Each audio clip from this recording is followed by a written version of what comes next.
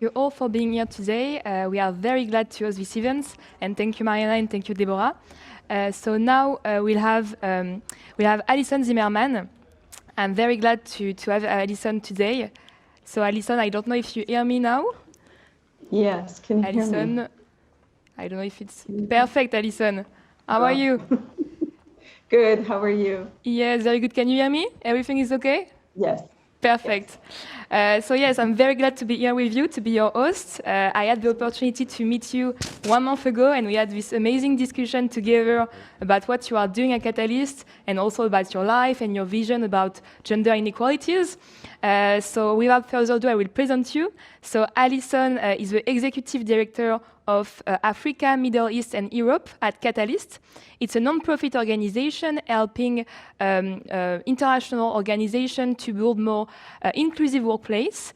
And she's overseeing the operation, and she's working with leaders, CEOs, and employees at all levels to really create this more inclusive workplace.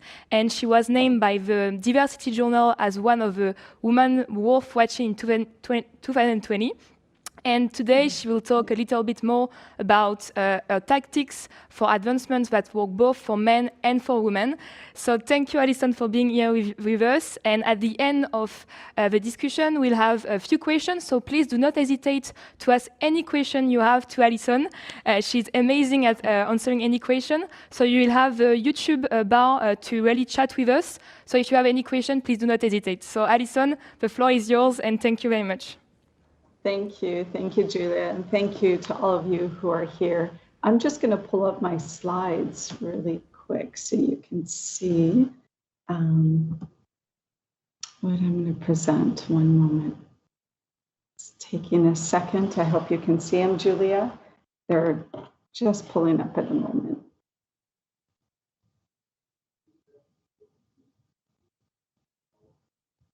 Can you hear me?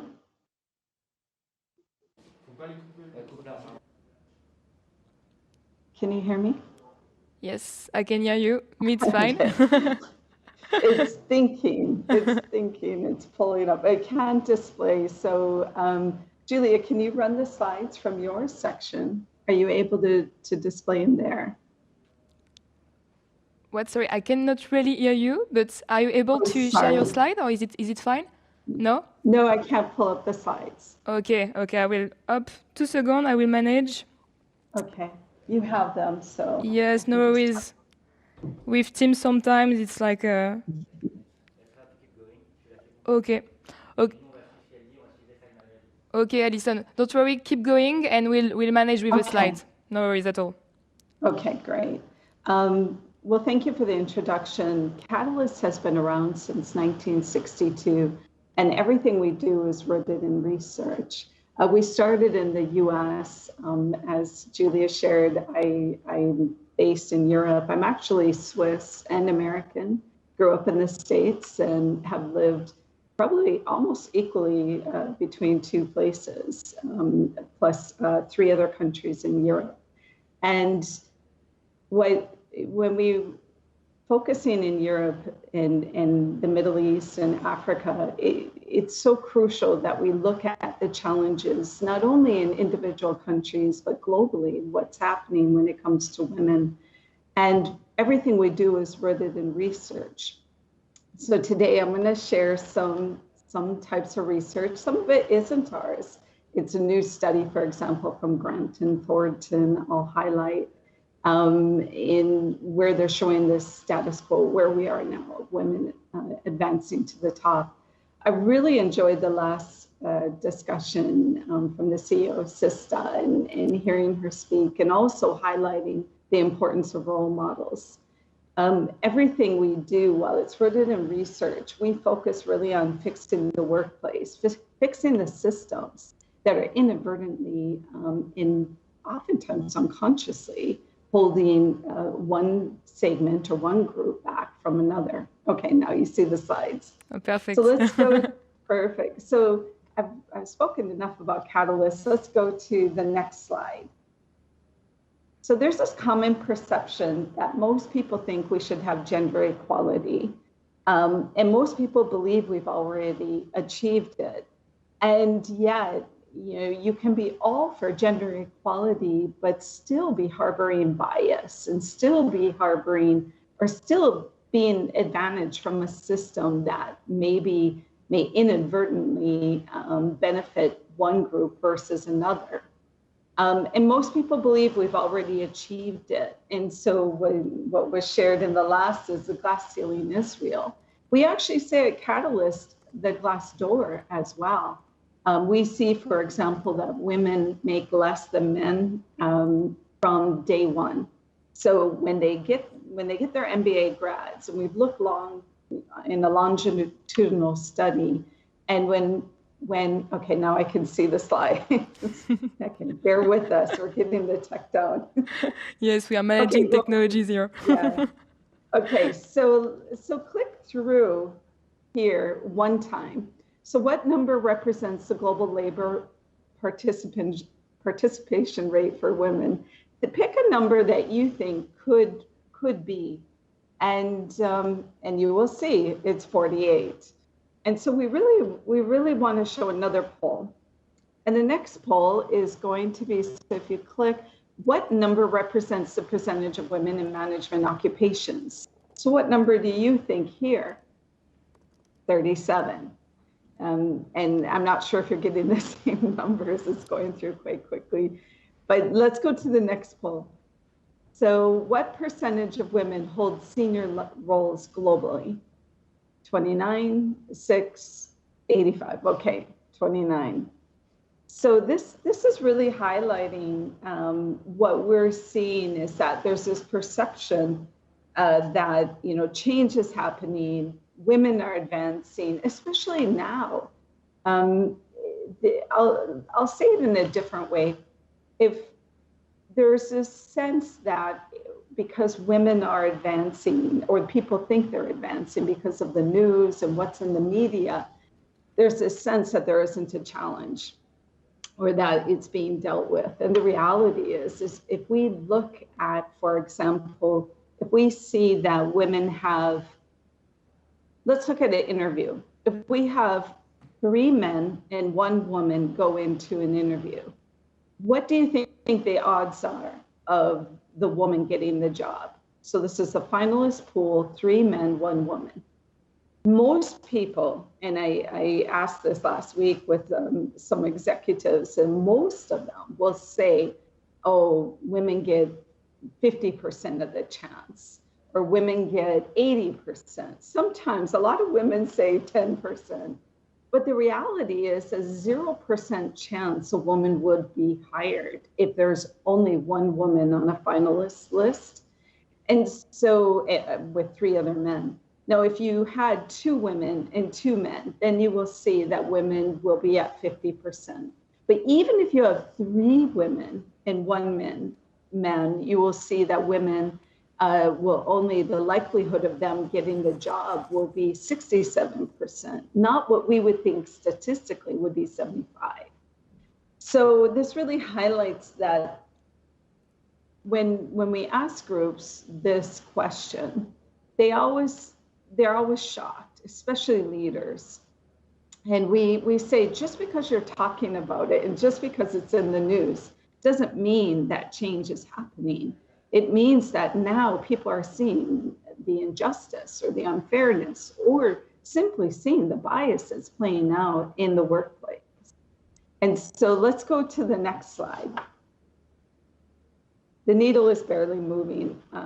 So when you look, and this is the Grant Thornton, I think, study, 2020, number of women in senior management roles in the EU has increased just 6 percentage points in 8 years. I mean, the numbers weren't great to start with, so this is a huge opportunity for companies, huge opportunity in general for more innovation, huge opportunity to understand the marketplace and reflect the marketplace back to the consumer.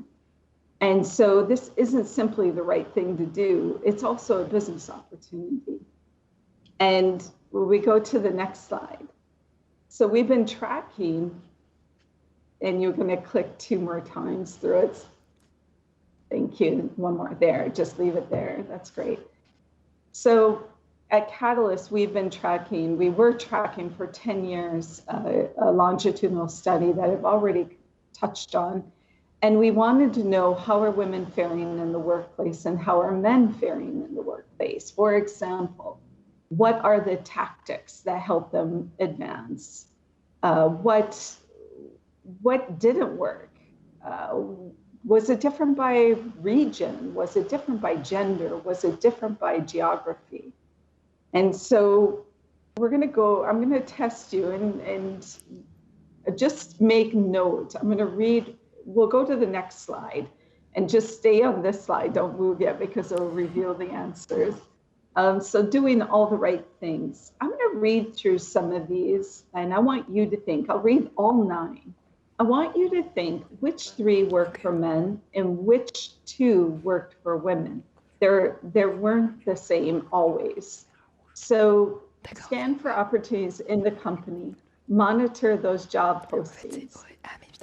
And I can hear somebody whispering, feel free to jump in if you need to tell me something. Make your achievements visible, get credit for your work. Plan your career 2 to 3 years out. Get formal training, excellent workshops like this one. Gain access to senior leaders. Oh, sorry, it's hard to see the slides now. So I don't know if you can make it a little sharper because, well, blur work-life boundaries. What I would also do is seek advice is another one. And then I'm going off memory here. Scan for opportunities outside the company and get trained through experience. Ask for a variety of work assignments. Great, now it's a little stronger, thank you. So I want you to think of these, oh, perfect. So which of these 3 do you think help men advance? Just take a moment. I'm gonna take a sip of my coffee and then we'll reveal.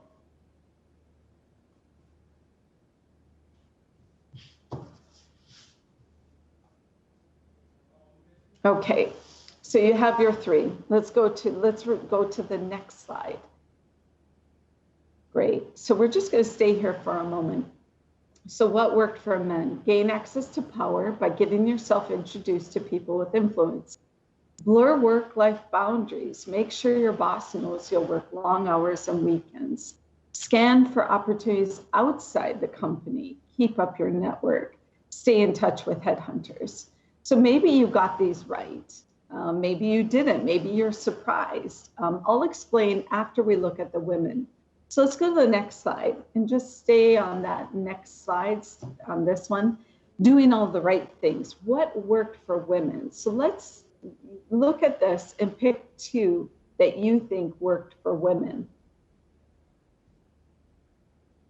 Go with your gut. Test your gut. See if your gut is right or your experience.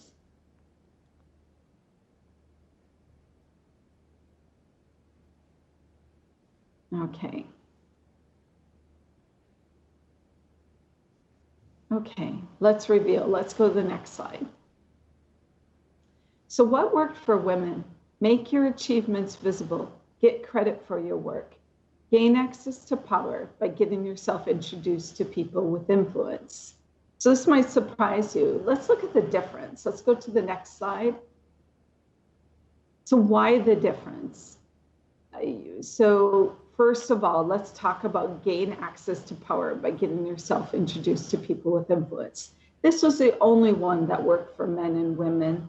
And we will look at this a little deeper, but what we really want to do is we want to look at blur work-life boundaries for men. So make sure your boss knows you'll work long hours and weekends. So one bias that men often face is that they have to work long hours and that, they have to be there 24/7. I would not say that women don't face that bias, but it is rewarded for men when they do this. For women, it's not rewarded. So even if a woman is working 24/7, it's not being rewarded in the same way. But if you wonder why men don't take paternity leave, you can look at this bias, you can look at this tactic that worked for men, and you can flip it and see, wow, is there a bias that's saying men need to work long hours?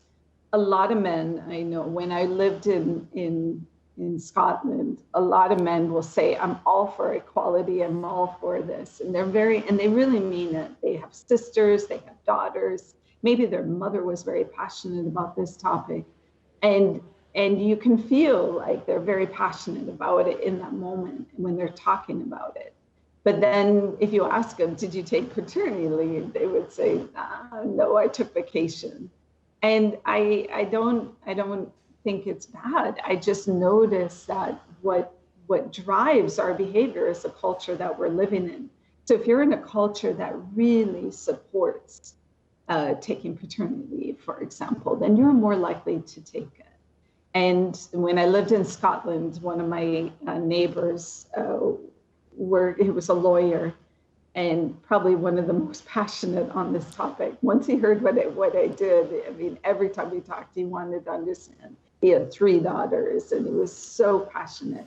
But what happened though, is through that time, he didn't take paternity leave. And he told me, like almost with shame, I didn't take it. But he started a new job and he was so afraid of that he would be penalized. And so this is something that we see quite a bit. And I think we lost a slide. It's okay, I can go without slides. You might be pulling up. So it's fine. Talking about men, excuse me? Yes, okay, yeah. It's fine. Yeah, so let's talk though quickly about women. Make your achievements visible. This is not a list to say, here's what you need to do and you advance. It's just to be aware what we found when we looked at our research, what tactics helped women and what tactics helped men, and that they weren't the same. My hope is that they will become more the same over time. But what we found, and knowledge is power, is that women constantly had to highlight what they did, how, that they had to, I wouldn't say it's not about bragging, it's not about tooting your horn, it's really about making people aware of your contributions and not being afraid to celebrate and share your contributions. That feels right within your culture and your context. This is something that when we see one of the biggest biases that women face is they constantly have to prove performance, that they are good enough, and it's wrong, let's be honest. I mean, it's what probably I would say the bias that's so difficult to prove, but it's constantly having to show, here's what I did, so that people recognize and notice you. That middle one, where access to power, it's not who you know, it's who knows you. And that's what I would say with this one about women. People need to know what you've done. Make it easier for them. Because unfortunately, the unconscious bias is going to come in and they're going to go with who they've always known or somebody like them, which, let's be honest, as you saw in the previous slides, there are a lot of men in the senior roles still. So they're going to pick those like them. Okay, so next slide. I won't belabor this. This is an older study, but it, think leader, think male. It creates an invisible barrier for women. And again, they spend additional times proving they're competent leaders again and again, and monitoring and compensating for stereotypical perceptions of them as leaders. And as I shared before, they are held to a higher standard, not only for competency, but they often receive or smaller rewards than men. Women leaders work twice as hard as men for the same recognition. So this isn't putting women in a victim role. This isn't saying, that this is your experience, but it's understanding that when you leave, for example, out of the university, you are leaving a pure culture and going into a power culture. And so really understanding that is so crucial to understanding the barriers, and be very conscious of where you go and where you choose to work, because you will if you don't see yourself at the top, if you don't see they're working towards it, you really want to question, do you want to work at that company? And that's a bold statement, but I do make that often, especially when I speak to students. I think choose, and I don't say it just to women, I say it to men too, because you really want to be working for a great company. You want to make sure they have the best talent, and it's not all white men that are the best talent. And so it's really a competitive advantage. On that note, let's go to the next slide. Okay, so, these, I won't belabor this one either, but just so you know, I'll say it just bluntly, there are great women leaders and there are great men who are leaders. There are not so great women leaders and there are not so great men leaders. We do not see that gender is a good predictor of what makes somebody a good leader. But what we highlight here is there are stereotypes associated with women, stereotypes associated with men. And the truth is, a lot of women have the ones that are stereotypes of men. A lot of men have the ones that are stereotypes of women. So we just want to disrupt that. And the challenge here, though, is when women are seen as taking care, they are liked, but they are not seen as leaders. And that's also the rub there, is that unconsciously, by virtue of gender, you will see this play out in the workplace. On the next slide, I know we're coming up to the pumpkin hour, so I'll pause, and I think we have 5 minutes left. Men play an important role. I think many times men feel left out and women feel singled out. And gender inclusion traditionally excludes men's pivotal role. Men are also unsure of where to apply their influence, and less than half of men think gender stereotyping is a barrier to women's advancement. So there are a couple things going on. First, men have fears. They're afraid to say the wrong thing, do the wrong thing, be seen as sexist, racist, fill in the blank. But they often aren't aware of the power they have. And if you ask any men, you say, do you feel powerful? Many men will be like, no, I don't feel powerful. And then coupling that with behaviors that are applied to men, like men can only be one way and not another. And fortunately, this is changing, and I definitely hope with the next generations it is. But again, men play a huge role in tackling gender equity. They are not the problem, but they are part of the solution, a significant part, as they hold those power roles. And so it's really crucial to engage men. It cannot be women talking to women about this. On the next slide, please. So worldwide, this is Boston and BCG, which was quoted before as well. Worldwide, our data shows that among companies where men are actively involved in gender diversity, 96% report progress. Conversely, among companies where men are not involved, only 30% show progress. So it's no small thing. On the next slide, be an ally. Ally comes in many forms. And being an ally means that you are not only educating yourself on the group you're an ally for, so if it's gender, doing your homework, and not over-relying on the group to educate you. I remember years ago being at an event and a group of men were asked, what are you going to do leaving this event? And it was an event we threw in Ireland. And I remember they all wrote down, get coached by women. And then in another room, all the women were there. And they said, what do you want the men not to do? What's the number one thing? And they said, please don't come to me to coach you. And it was ironic, it was funny, but I share that story because being an ally means that you are doing this, you are putting in the work, you are educating yourself, absolutely having conversations, dialoguing, listening, for understanding, but it's not an over-reliance on the group that is marginalized. It is really more of a co-sharing, and also if it's the education, it's the connecting, but if you don't take action, you're not an ally, you're at best performative. And what that means is if you're performative isn't a good thing in this case. Performative allyship, we hear a lot about, but it's if you go and post something on social media, but you're not taking action, it's just words. And it's not what we recommend. It's fine if you're posting something, but you're coupling that with action, that is allyship.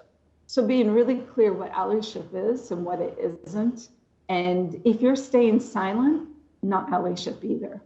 And so it's really, it's something that we encourage everybody to get curious about, especially during this time, during this day and age, when we see what's happening globally. It's really crucial to understand what it means to be an ally, to understand that you can be an ally and really have an impact.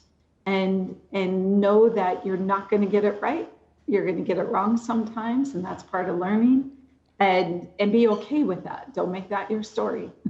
Make that be your lesson, and then move on and learn from it. And believe people when they tell you their stories. If you catch yourself saying, but that's not the case here, that's a clue that you may not be really listening. And if you listen and they tell you, believe them, and listen more. If you don't know what to say, just listen. And it's that simple in some ways, but finally, once you know, and that's where you need to take action. I know we're at time. I'll just go quickly through the final slides. We are often asked the solutions where our company is focusing. There are a number of them. Inclusive leadership, I've talked about engaging, and sponsorship. Sponsorship instead of mentoring. Women are over-mentored and overdeveloped, but under-sponsored. And that means access to a senior leader. Future of work. Everybody wants to know, is this going to continue from the pandemic? Psychological safety. How do we have behaviors that allow people to admit mistakes, to admit failings, to learn from them? How do we create psychological safety for people to say, I'm not doing well today, I need a moment? How do we create psychological safety for people to take risks? So all of these, and inclusive leadership, finally, how do we, when we work with leaders, and everybody is a leader at some point in their life, regardless where you are. You could be leading in your family, you could be leading in your community, you could be leading a team. And what are the behaviors that create that psychological safety, that create that trust, that helps build better teams? So on that note, thank you for listening. I hope it wasn't too complicated with the PowerPoint, but no worries at all. Thank you so much, Allyson. We have a lot of questions for you. Oh, okay. Let's take a drink of coffee. So the first question is: Do you know any ways to reduce the bias and encourage men to take paternity leave? Yeah, to reduce the bias, first of all, it must become standard that men take paternity leave. I mean, there was a study, I live in Switzerland, and there was a study many years ago before the pandemic when they asked young fathers, would you go part-time if you could, if there was no impact to your career? And 91% of these young fathers polled said yes. And I remember I had an aha early on in my career where I was speaking with a leader.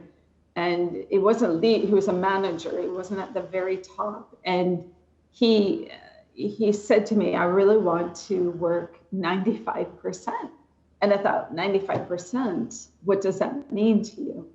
And I just thought it was crazy. I'm like, just take whatever that 5% is, because you will give back to the company in a different way if you're happy and whole and feel satisfied with your life. And he said, I want to learn to grow wine grapes, and I want to, I want to take time. And I said, well, how do you envision this? And he said, Fridays. I want to take half-day Fridays. And I said, I wouldn't go for 95%. I wouldn't want you to take a cut in pay. I would rather you go and do the 5%. If I were your boss, I would rather you do that and make it work and the other 4 days of the week. And I shared that. He's like, no, I can't ask. I can't do that. I can't. So the fear is real. How do you encourage it? You role model it. If you are a leader, or if you are a manager, or if you have any influence in the organization, you start with you. You start role modeling the behaviors. As a leader, I have to role model behaviors. I just came back from vacation.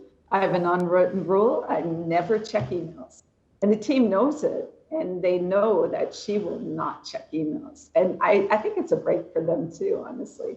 But it's also that you're walking the talk. And so you normalize the behaviors you want to see.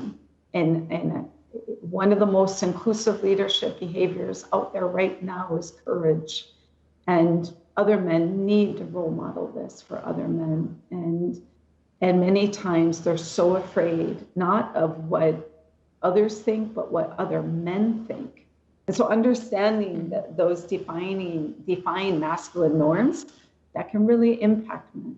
So you want to engage them in a way that they understand what's in it for them. And we did research ages ago where we asked men and women, what do you value? It was very similar. Men and women value the same things. But unfortunately, one group is being rewarded for some and one is being penalized for others. And so we just need to get real about the workplace and allow people to have a life too. Okay, very interesting. And the next question is, aren't you afraid that companies will speak up about this topic just because of communication? So what you mentioned before about marketing, and will not in the end take real action to reduce those inequalities. So a question of marketing and doing real things. Yeah, sorry, you saw my eye roll. Yes.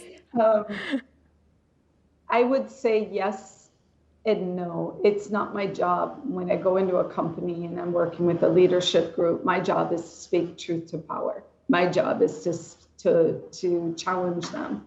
I can tell you that is not an easy job, in the sense, now it's much easier because people are more, positive about it. But, back, I would say even 10 years ago, I was asked, are you a feminist? And I've only worked in Europe for Catalyst.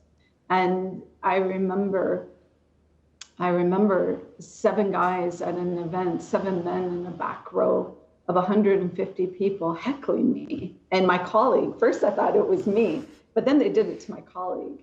And if you don't know what a heckler is, it's like a comedy show where somebody yells like, you stink. And they really, and I realized in that moment how many men were afraid.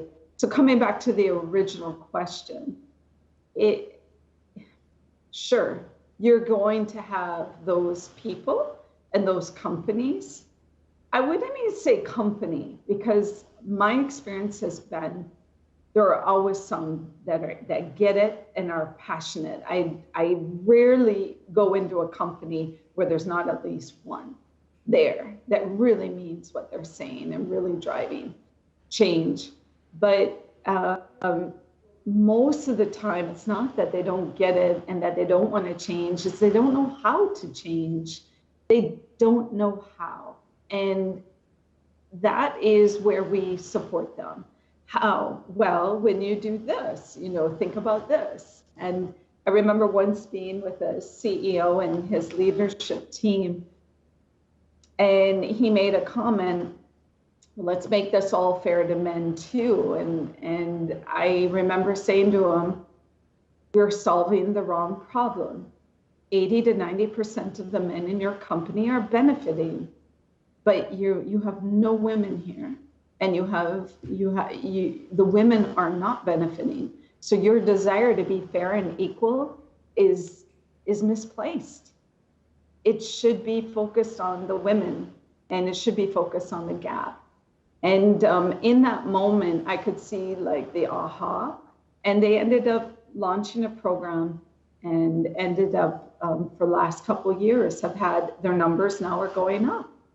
And I didn't go in we didn't go in and do a workshop. We went in and had an honest conversation with leadership, and it was a very uncomfortable 20 minutes because they were very comfortable in the story they were telling themselves of what the reality was or what the situation was, but it was very different. And so that is not always comfortable. There are some companies that will say blah, blah, and there are some leaders too, I've met them. Believe me, but it's not German saying, it's not my beer. It really isn't my concern if they get it or if they don't. At the end of the day, they will be tested by their marketplace. They will be shown that this has not only a financial advantage for them to be more inclusive, but they will have a more psychologically safe work environment. They'll have better teams. They'll have happier people. So it's really not rocket science, but I think the heart of the pushback usually comes in the fear. If I help women, I will hurt men. And that is something that you can't underestimate. Hence the heckler story. And I have a question. When you say you talk to leaders, is it like leader of company who are asking you to help them? Is it employees? It is who is kind of handling this issue? And just to understand, because sometimes we think it's the HR team, sometimes the marketing team, sometimes the founder of a company. So who is calling you to help them? It's so varied. I would say who's doing the initial call in conversation is usually HR and D&I. They will usually reach out, but what's happening is they might be experiencing something. They maybe looked at their numbers and they're trying to explain to leadership. And when they get closer, then they go, okay, wait, we need you to speak directly to them. And what's fascinating is we have to manage a lot of the expectations of the HR and D&I because they're putting their jobs on the line sometimes, bringing you in and giving you that moment. And I always say to the team, you have to speak truth, but you also have to understand people are bringing you in to sit there. And so it usually comes through, sometimes it comes directly from a leader. I remember we were doing sessions on race, ethnicity in Europe. We were talking a lot about how racism shows up.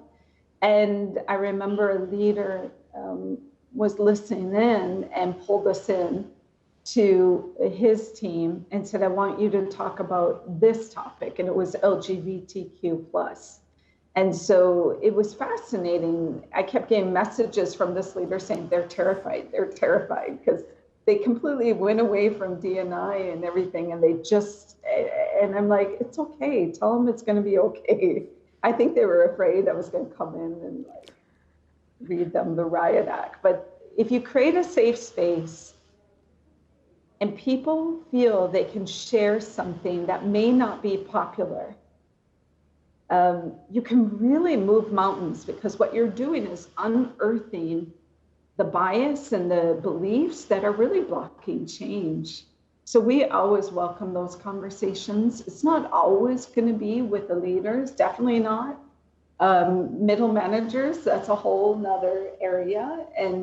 But it really is meeting them where they are and providing a safe space, yet not being afraid to challenge them. Okay. So we have a lot of questions about what you said before, about talking about more the stereotypes that affect men in the business area, because we talk a lot about women today, but also about men. It's a subject for everyone. And so can you explain a little bit more about this issue and what you have seen at Catalyst or in companies that you held before? Yeah, I mean, the stereotypes, the bias, one of them that I always hear when I watch TV or, comments, one of them is man up.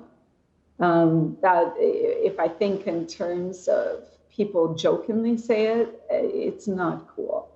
And it's okay if man up means, by your definition, means something very positive. Maybe by your definition, it means, you come from a certain place where it's a great common. But typically, if you look in social media, it means, don't show your emotions, be tough, don't show any weakness. And that's not my definition of a man, is somebody who's like that. But it's really allowing people to be who they are. In stereotypes, when I think about women, I think the easiest way to explain this stereotype is women often have to walk a tightrope with how they behave. So they either are too soft or too tough. And when it used to drive me crazy, I would hear all the time from people saying, oh, she's so tough, or she's so, and judging women who are tough. I'm like, why are we judging women? This is a skill set. This is something that maybe she was born this way. Maybe she came. Why are we so tough on her for showing a side that we wouldn't be tough on a man for? And I remember once writing a blog, and I put this woman tweeted a quote, and she put a quote from herself. She said, I'm much nicer in the workplace than I really am in real life, because she had to put on this style that she was warm, but she isn't a warm person. And she openly admitted that I'm really not a warm person, but I have to be this way because of the stereotype. So all I say is, if you're wondering of what kind of stereotypes, you really just want to flip it. And there was Kirsten Pressner has a great TED Talk from Roche where she talks about flip it. Would you say this to a man? Flip it. Would you say it to a woman? So when in doubt, just flip it. It's so brilliant. It's so short. But it's such a brilliant concept to know, oh, would I ask a woman if she's going to have children? Would I ask a man if he's going to have children? No. So I'm not going to ask a woman if she's going to have children. Why? So it's just a simple takeaway. So we have other questions. We just have 5 minutes. So we have 2 other questions. So regarding the gender stereotypes, what are your recommendations to create an inclusive company culture? What is your view on women's urge to act like men to fit in? It's what you mentioned a little bit before. Yeah. I think I have a lot of empathy for anyone who's had to act like something they are not in order to fit in. So there is that stereotype and of women being tough and they act like men. Well, maybe she is like that, maybe, but the reality is, why are we judging women for that? And so it goes to the same point that I just shared. I do think being aware that the bias and just be aware, are we being really tough on women? And so I have a lot of empathy for those senior women that got to a certain point, and senior men that got to a certain point and had to behave a certain way that they felt they were denying who they were. At the end of the day, if you really want to be inclusive, you need to be authentic, and you need to allow others to be authentic. Because it's really about bringing the humanity, your humanness, to the workplace so that others can bring their humanity to the workplace. And yeah. Yes, and we have a question about kind of what you said before, just to close the conversation, and thank you a lot for being here with us today. So according to you, Allyson, how to educate, and especially when, men and women? What do you mean, when men and women? Educate men and women? Yes, about this kind of issue. How do you involve men in this topic, and how do you educate them? Is it at school, at work? Where is the best place to do so, and when? So first of all, everybody has a role to play in creating an inclusive work environment. So it's really, I think, calling out each other in a moment if we see something and say something, you know, that saying. But when we do workshops on engaging men called Men Advocating Real Change, where they help them understand their privilege and understand that this isn't a bad thing, but understand it so that they can use it responsibly. And the same for women, to understand, you know, many women, as they go up the ranks, don't want to be involved because they don't want to be seen as women, that they got there because they're a woman. They don't want to be singled out. So I have a lot of empathy for those women that also feel they can't speak because they're afraid they're going to be seen as a token woman or a quota woman or whatever. And it's just realizing that we need all voices speaking up right now. And as we said at the beginning, being an ally in whatever shape or form that you are an ally, you need to speak up. If you are silent, you're not an ally. Okay. And thank you. Thank you so much, Allyson. Thank you. It was a pleasure to host you. And I hope we will see you again very soon. Thank you, everyone. So we'll come back at 10:30 with amazing guests. So we'll have Tara Ose, and after a panel discussion with a lot of people. And so thank you very much and see you soon.